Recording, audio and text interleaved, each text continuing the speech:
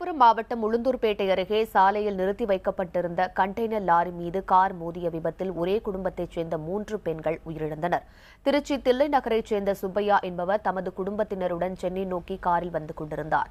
உளுந்தூர்பேட்டை அருகே சென்னை திருச்சி தேசிய நெடுஞ்சாலையில் உள்ள பாலி கிராமத்தின் புறவழிச்சாலையில் கார் சென்று கொண்டிருந்தபோது சாலையின் குறுக்கே குரங்குகள் ஓடியதாக தெரிகிறது. அவற்றின் மீது மோதாமல் இருக்க சுப்பையா காரை திடீரென்று திரும்பியுள்ளார்.